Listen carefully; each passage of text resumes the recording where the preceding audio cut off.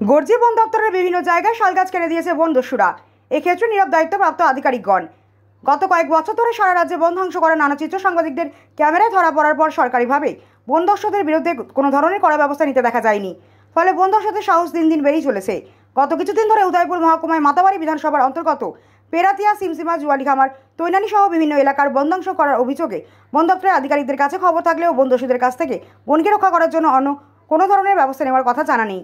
গত কয়েক মাস ধরে উদয়পুর পেরাতিয়া বিট অফিস সংলগ্ন বিভিন্ন এলাকায় গভীর জঙ্গলে কয়েকশো শালগাছ কেটে ফেলে রাখে বন দস্যুরা। এই খবরের সত্যতা নিশ্চিত করতে সাংবাদিকরা ঘটনাস্থলে ছুটে যায় এবং গিয়ে দেখে গভীর জঙ্গলে শালগাছ কেটে সেখানে রাবার গাছ লাগানো হচ্ছে কয়েকশো কানির জায়গার মধ্যে।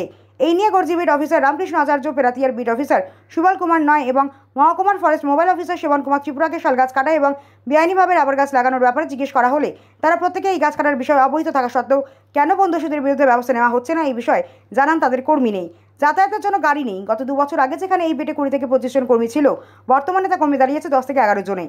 বিষয় হলো সবাই বন দস্যুদের বন ধ্বংস করার বিষয় জানা থাকা সত্ত্বেও প্রয়োজনীয় ব্যবস্থা গ্রহণ না করার বিষয়ে দেখা দিয়েছে রহস্য। দাবি উঠছে বিট অফিসারদের এবং যারা বনকে রক্ষা করার জন্য ফরেস্ট মোবাইল রক্ষার দায়িত্বে রয়েছেন তাদের বিরুদ্ধে কড়া ব্যবস্থা নেওয়ার।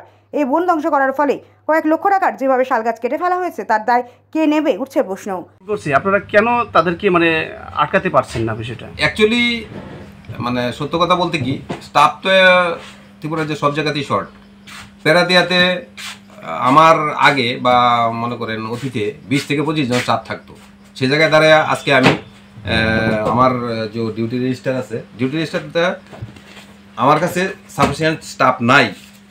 আমি সিঙ্গেল একা ফরেস্টার হইয়া এই দুনিয়ার এই পেরাতিয়ার যত বড় এরিয়া পুরাটাই কাভার করতেছি। তো স্টাফের শর্টের কারণে হয়তো দেখা গেছে আমি গেছি কাঙ্গালটিলা, দেখা গেছে জুয়ালিখামার দিয়ে গাছ কাটতেছে।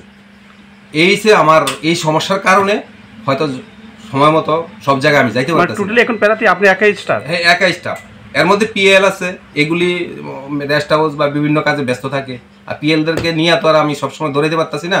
তারপরেও যথাসম্ভব আমি চেষ্টা করতেছি যাতে কোনো জায়গা আনলিগেলভাবে দখল করব ওইটা আমি সুযোগ দিতে অনিচ্ছুক। আমি দেবো না আমার জানা মতে।